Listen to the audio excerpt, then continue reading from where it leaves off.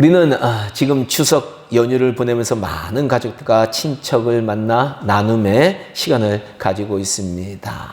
그런데 안타깝게도요, 이 추석 명절은 하나님을 알지 못했던 우리 선조들이 만든 그 전통 위에 세워진 절기다라는 거예요. 그래서 이 추석 명절을 엄밀히 살펴보면 바른 내세관 위에 세워진 절기는 아니다라는 것을 우리가 알 수 있습니다. 차례를 지내는 거나 모든 우리가 지내는 모습들 보면 바른 내세관 위에 있는 것은 아니다라는 거예요. 과거 귀신을 섬기는 문화와 그 사상에 만들어진 절기가 추석 절기다라고 할 수 있습니다. 사실 우리가 추석을 지내면서요, 정말로 안타까운 점은 뭐냐 하면은 농부를 비롯해서 많은 사람들이 풍년 드는 것은 하늘이 주는 것이다라고 얘기하는 사람들이 많은데요, 정작 추석이 되면 우리가 거둔 첫 곡식과 과일을 하나님께 감사함으로 드리는 것이냐. 과거에 유대인들은 하나님께 감사함으로 드렸거든요. 그런데 우리는요, 조상 귀신에게 바치고 조상들에게 절한다라는 겁니다. 이번에 아시안게임도 보니까 선수단 일동이 차례를 지내면서 조상에게 절을 하더라고요. 아니, 하나님께 감사를 해야 되는데.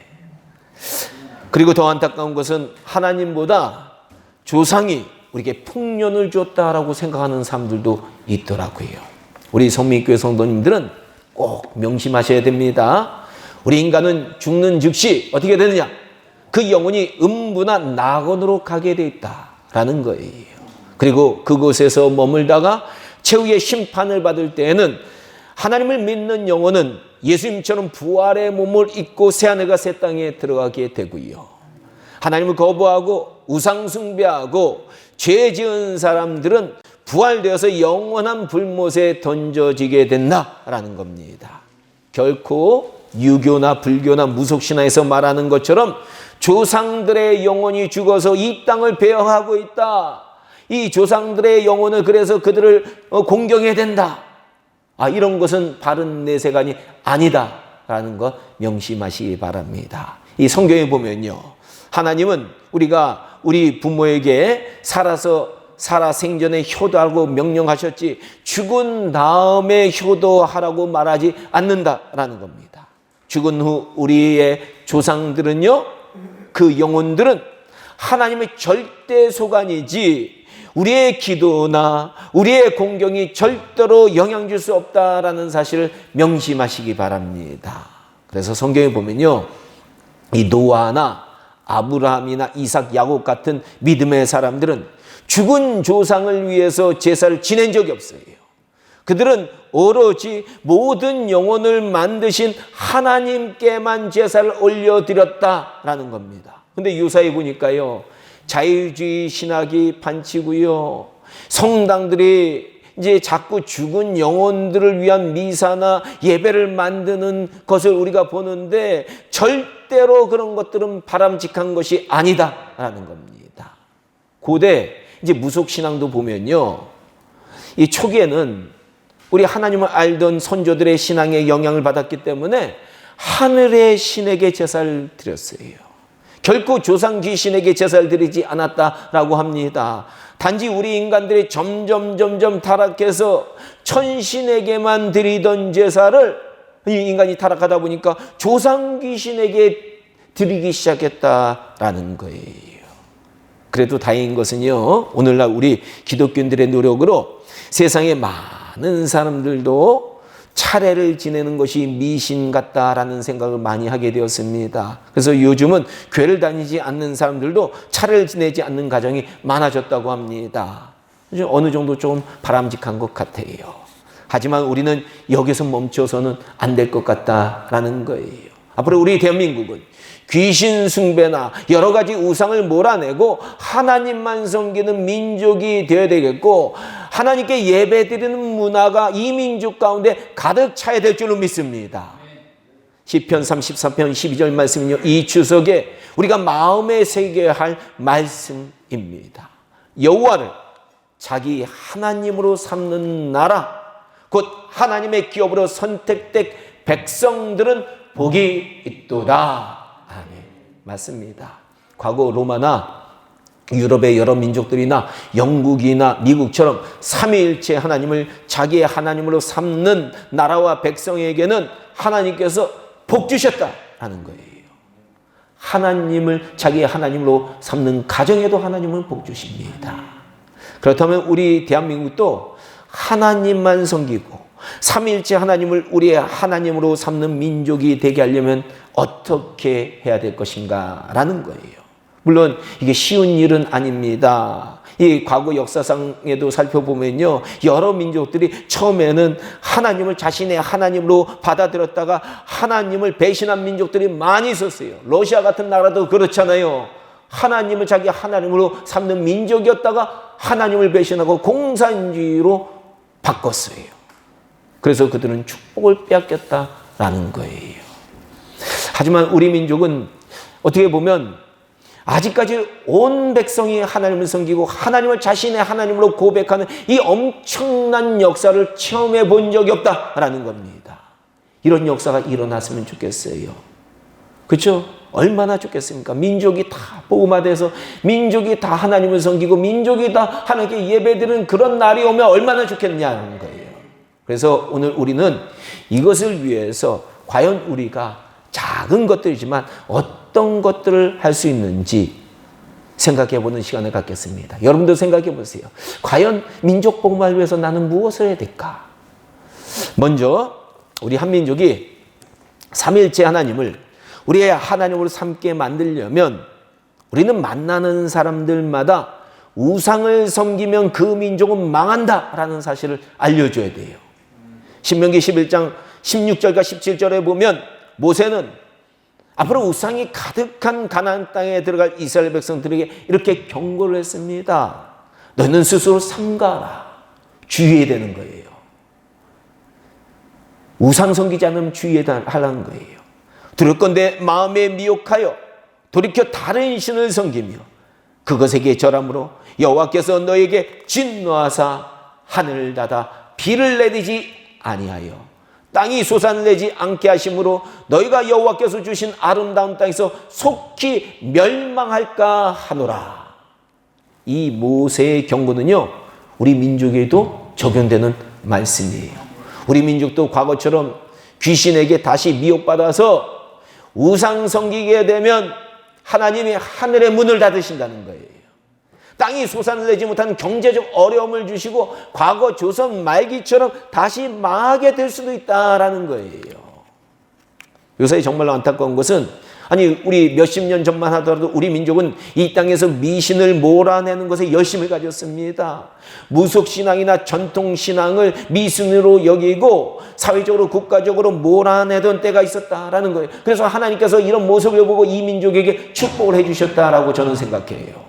그런데 오늘날은 무속신앙과 전통신앙을 보호하고 장려하기 시작합니다. 영적으로 정말 어려운 시기가 우리에게 찾아오고 있다는 걸 우리가 영적으로 깨달아야 됩니다. 이러면 우리 민족은요, 이렇게 되면 우리 민족은 지금까지 우리가 받은 축복이 여기에서 끝날 가능성이 높다라는 거예요. 하나님은요, 절대로 우상과 미신이 팽배한 나라와 소돔과 고모라처럼 죄악이 관영한 나라, 잘못된 미신과 귀신의 문화가 가득한 나라에는 축복해 주시지 않는다라는 걸 우리는 명심해야 됩니다. 특히 요새 우리 나라의 젊은 사람들 영적 상태를 보면요, 우리 젊은 사람들 얼마나 교육을 많이 받았습니까? 대학을 가는 사람들이 80% 정도가 돼요. 아니 그런데도 보니까 타로 점 보는 것이 유행처럼 번져서 대학가에 타로 점집들이 가득 찬 거예요. 아니 그것을 보면서도 우리가 아니 그 모습을 보면서도 가슴 아파하지 않고 있다라는 거예요. 이 시대 기독교인들이요. 이걸 놓고 기도해야 되는 거예요. 영적 상태를 놓고 기도해야 되는 거예요. 야, 이런 모습 보면 앞으로 한국의 미래는 어둡고 징조가 안 좋다라는 것을 우리가 느낄 수 있어요. 그러므로 우리는 사람들에게요, 우상과 미신 섬기게 되면 이 나라와 이 민족은 다시 망한다라는 사실을 열심히 알려줘야 돼요. 먼저 우리 가정, 우리 친척들, 우리 친구들과 주변 사람들에게 우리는 지혜를 다해서, 이게 쉬운 일이 아니거든요, 열심을 내어서 이 사실을 알려줘야 된다라는 겁니다. 참 어려운 과제예요. 그렇지만 믿는 사람들이 이것을 잘 감당해야 될 줄로 믿습니다. 우상 섬기면 망한다. 미신이 팽배하면 그 나라는 망한다. 역사적으로 그랬다라는 걸 계속적으로 얘기해 줘야 돼요. 둘째로 우리 한민족이 여호와 하나님을, 우리의 하나님을 삼게 만들려면 교회라는 공동체가 우리 민족에게 얼마나 이로운 것인지 잘 알려줘야 된다라는 겁니다. 우리 성도님들께서는요, 김구 선생님 잘 아시죠? 이 김구 선생님께서 독실한 기독교 신자였다라는 사실 아실 거예요. 김구 선생님은 3.1 운동 이후에 독립운동을 위해서 상해로 망명하셨고요. 1945년 광복으로 귀국하기 전까지 기나긴 타국 생활을 하셨습니다. 그래서 당시 신앙심이 깊었던 김구 선생님은요, 사람들이 많은 곳에는 밀정이 있을까 봐 교회에 거의 출석하지 못했다고 합니다. 하지만 광복 후 조국에 돌아온 이후부터 매일 새벽 6시면 새벽 예배를 드렸고요. 주일 성수를 소중히 여기며 남산 바로 밑에는 우리 바로 옆에 있잖아요. 남대문 교회에 출석을 하셨다고 합니다. 특히 그는요, 해방 이후 기독교 국가를 꿈꿨다고 하는데요. 1945년 11월 28일 정동교회에서 열린 임시정부 요인들과 미군 환영 행사에서 반석위에 새 나라를 세우겠다는 연설에서 이런 유명한 말을 하신 거예요. 경찰서 10곳을 세우는 것보다 교회 한 곳을 세우는 것이 낫다. 이런 유명한 말씀하셨어요. 그 이유에 대해서 이렇게 말씀하셨습니다. 나는 건국 개업을 앞두고 2가지 방침을 세웠습니다. 첫째 건국이고 둘째는 건교입니다. 건교가 뭡니까? 종교를 세운다는 거예요. 종교 교화한 나라는 어떠한 강국이라 할지라도 감히 손을 대지 못하는 것입니다. 그래서 경찰서 10곳을 세우는 대신에 예배당 하나를 세우려는 것입니다. 여러분들이 주신, 미군들이 그 앞에 있었으니까 이 선교사들이 줬잖아요. 이 여러분들이 주신 오늘 오직 이 성경 말씀에 의지해서 3천만 동포가 살아가야만 할 것입니다. 우리는 대안이니 무엇이니보다 먼저 천국 백성이 되어야 할 겁니다. 뭐 정치 이런 게 중요하다는 게 아니에요. 천국을 먼저 추구해야 된다는 거예요. 사랑하는 여러분들은 십자가의 군병들입니다. 이 땅에 천국을 건설하는 천국 백성이 되어야 할 것입니다. 아멘. 천국 백성 우리는 세워놔야 돼요. 천국 세워놔야 돼요. 그렇습니다. 우리는 경찰서 10곳을 세우는 것보다 교회 한 곳을 세우는 것이 낫다는 이 김구 선생님의 말씀에 명심해야 돼요. 왜일까요? 이 말씀을 여러분들 머릿속에 새겨 넣어야 돼요. 김구 선생님이 이렇게 얘기했다. 경찰서 10곳을 세우는 것보다 교회당, 예배당 한 곳을 세우는 것이 더 낫다라고 얘기했다. 그 이유는 하나님을 두려워하지 않는 사람들은 그 양심이 화인을 맞게, 그런 사람들이 가득하면 10사람이 한 도둑을 막지 못하는 사회가 된다라는 겁니다. 오늘날 유럽과 미국이 과거와는 달리 왜 그렇게 도둑이 많아지고 치안이 안 좋아지고 살인, 강간, 강도, 범죄로 가득한 사회로 변하고 있습니까? 아니, 요번에 뉴스에도 보니까요, 미국이 이마트처럼, 롯데마트처럼 큰 할인, 이 큰 매장들 있잖아요.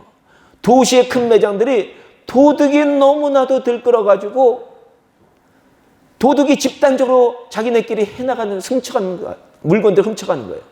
그래서 손해가 너무 심해가지고 도저히 경영을 못해서 도시에 있는 마트를 다 문 닫겠다고 결정을 했어요. 이런 이유가 왜 그런 거예요? 그 사회에 교회 수가 점점 줄어들고 있고요. 사람들도 교회가 사회에 얼마나 필요한지 깨닫지 못하고 있기 때문이다라는 거예요.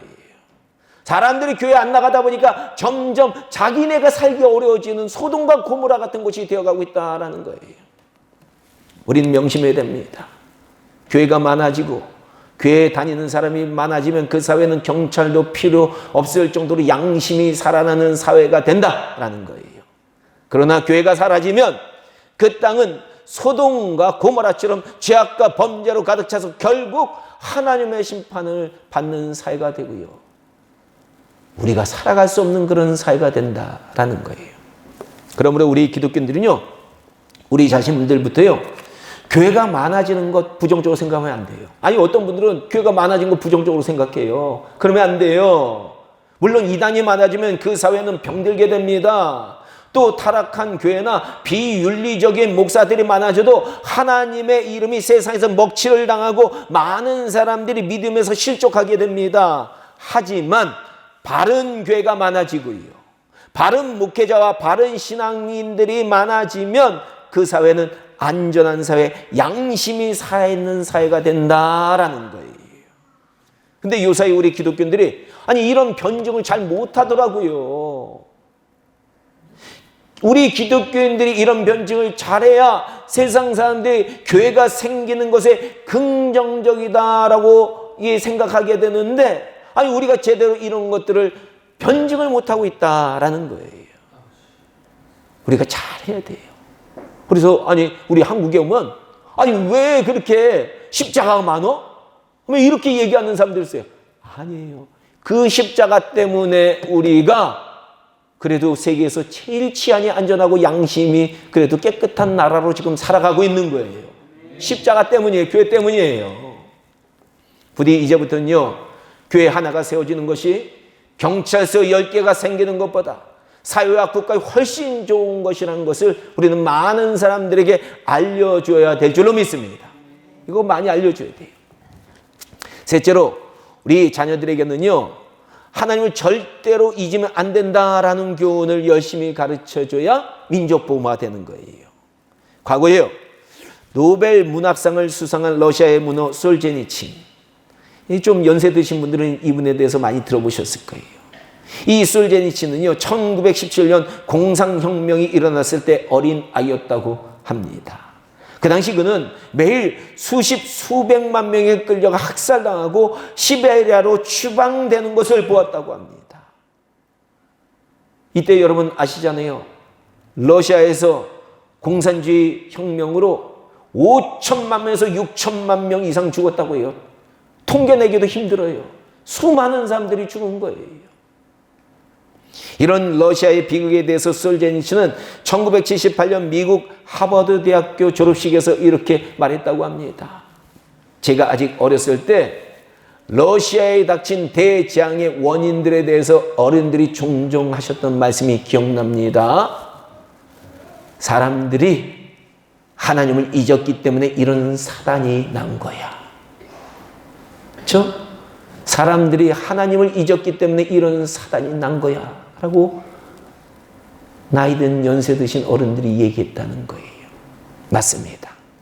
하나님을 잊어버리는 시대는 그 사회에 비극이 찾아온다는 사실을 우리는 알아야 돼요. 우린 먼 데서 찾아볼 필요가 없어요.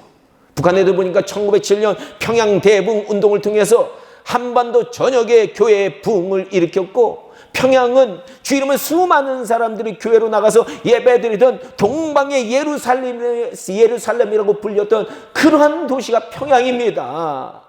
그러나 이들이 하나님을 잊어버리고요, 공산주의 사상에 미쳐버린 거예요. 그 결과 북한은 김일성, 김정일, 김정은을 우상하고 신격하는 미친 나라가 되어버렸다. 정상적이지가 않아요. 김정은이 영생에서 그들을 지켜준다는 거예요. 김일성이. 지금 어떻습니까? 북한 백성들은 세상에서 가장 가난과 저주를 많이 겪고 있는 불쌍한 나라가 되었어요. 이게 하나님을 잊어버리면 그 땅에 저주가 찾아오는 거예요. 그러므로 우리 신앙의 선배들이 해야 될 것은 우리 자녀들에게 또 우리 주변에 있는 사람들에게 하나님을 잊어버리는 나라 백성들과 그 가정에는 비극이 찾아온다라는 사실 입에 침이 마르도록 가르쳐줘야 되는 거예요. 많이 가르쳐줘야 돼요. 애들한테 머리 세뇌되도록 가르쳐. 너 하나님 잊으면 안 된다. 하나님이 잊으면 너는 멸망이다. 입에 침이 마르도록 가르쳐야 돼요. 오늘 본문도 바로 우리 민족이 여호와 하나님을 우리의 하나님으로 삼게 만들려면 가장 먼저 우리가 무엇을 해야 되는지 경각시켜주는 말씀입니다. 오늘 본문을 말한 사람이 누굽니까? 여호수아 장군인데요. 이제 110세의 나이가 되어서 곧 하나님께 갈 날이 멀지 않았다라는 거예요. 이 여호수아 장군은요, 우상과 타락한 세상 문화로 가득한 가나안 땅에 들어온 이스라엘 백성들에게, 아니 이제는 자기가 살아있어서 그들의 영적 지도를 해줬는데, 아니 자신이 세상을 떠나면 그들이 하나님을 잊을까 걱정이 되어서 마지막 촉구하는 유언을 남겼다라는 거예요. 이 유언에서 역사상 많은 사람들에게 영향을 준 말씀이 바로 15절의 말씀이에요. 만일 여호와를 섬기는 것이 너희에게 좋지 않게 보이거든 너희 조상들이 강 저쪽에서 섬기던 신들이든지, 바로 아브라함이 살았던 갈대아 우르 지역의 신들 말하는 거예요. 또는 너희가 거주하는 땅에는 아무리 족속의 신들이든지, 바로 가나안 땅의 신들을 말합니다. 너희가 섬길 자를 오늘 택하라. 오직 나와 내 집은 여호와를 섬기겠노라. 오직 나와 내 집은 여호와를 섬기겠노라. 맞습니다. 하나님을 자신의 하나님으로 삼는 민족과 나라가 되려면 우선 우리 믿는 자들이 우리 자신과 우리 가정과 우리 자녀들부터 하나님을 섬기도록 만들겠다는 여호수아 장군과 같은 각오가 있어야 되고요. 이것을 위해서 우리가 기도해야 되고요. 아니 부모님들이 자녀 구원을 위해서 기도를 열심히 안 하면 누가 기도합니까? 세상 사람들은 누가 우리 자녀들에게 관심이 있어요? 우리 자녀들이 하나님 앞에서 복받게 하는 걸 누가 세상 사람들이 관심이 있어 하겠습니까? 우리는 늘 그들 위해서 기도해야 되고요. 애쓰고 노력해야 된다라는 거예요. 나와 우리 가정이 하나님만 섬기게 하지 못하는 기독교인들이 어떻게 우리 민족을 복음화할 수 있겠느냐라는 거예요. 민족 복음화는 바로 어디서부터 시작되느냐? 나와 우리 가정부터 시작되는 거예요. 딴 데서부터 찾지 마세요. 우리 가정 하나라도 제대로 세워야 되는 거예요. 그래서 모세도 이것을 위해서 신명기 6장 4절부터 이스라엘 백성들이 이렇게 명령했다는 거예요. 이스라엘아 들으라. 우리 하나님 여호와는 오직 유일한 여호와시니 너희는 마음을 다하고 뜻을 다하고 힘을 다하여 내 하나님 여호와를 사랑하라. 오늘 내가 너에게 명하는 이 말씀을 너희는 마음에 새기고 내 자녀에게 부지런히 가르치며, 우리 황태순 지사님 명심하셔야 돼요. 자녀에게 부지런히 가르쳐야 돼요. 집에 앉았을 때든지 누웠을 때든지 일어날 때든지 이 말씀을 강론할 것이며. 맞습니다. 우리는 적어도 나와 우리 가정은 마음을 다하고 뜻을 다하고 힘을 다해서 하나님을 사랑하고 하나님의 말씀을 부지런히 배우게 하겠다는 각오가 필요하다라는 거예요. 그리고 더 명심할 것은요, 아니 내가 먼저 하나님을 마음과 뜻과 힘을 다해서 사랑하지 못하면 우리는 우리 자녀들에게 하나님의 말씀을 부지런히 같이 가르칠 열심을 내지 못한다. 이 사실을 명심해야 돼요. 내가 먼저 하나님을 사랑해야 돼요. 내가 하나님을 정말로 사랑하지 못하면 어떻게 하나님의 말씀을 자녀들에게 열심히 우리가 가르칠 수 있겠느냐라는 겁니다. 우리는 먼저 내 자신이 하나님을 마음과 뜻과 힘을 다해 사랑해야 될 줄 믿습니다. 이게 일어나야 돼요. 바로 하나님을 섬기는 민족은 내 자신이 먼저 하나님을 깊이 사랑할 때 그 영적 영향력으로 가정의 복음화가 일어나고요. 친척들 가운데 복음화가 일어나고요. 아니 요새는 친척들 복음화하려고 노력을 안 해서 우리 기독교인들이요. 지역사회 복음화가 일어나고요. 그것이 확산돼서 민족 복음화가 일어나게 된다라는 겁니다. 오늘날 이 민족의 복음화가 멈춰서고 있는 이유가 무엇 때문인지 아세요? 아니 그동안은 계속 교회가 성장하고 복음화가 계속 확산되는데 이 복음화가 멈춰선 이유는 다름 아니라 바로 우리 자신이 먼저 하나님을 뜨겁게 사랑하지 않고 있기 때문이다라는 거예요. 한국교회 성도들이 다 하나님을 사랑하는 역사가 일어나 봐요. 한국교회는 다시 부흥한다는 거예요. 지금 한국교회는 사람들이요 하나님 사랑하는 것보다 세상을 더 사랑해요. 한쪽 발만 거친 거예요. 교회. 그러면 안 됩니다. 하나님을 더 사랑해야 돼요. 오늘 우리 모두는 이 사실을 깨달으시고요. 마음을 다해 뜻을 다해 힘을 다해 하나님을 사랑하는 저와 여러분들 다 되시기를 이 추석 연휴에 주님의 이름으로 간절히 축원합니다. 축원합니다. 복음화 시켜야 돼요. 우리 가정부터 복음화 시켜야 돼요. 기도하겠습니다.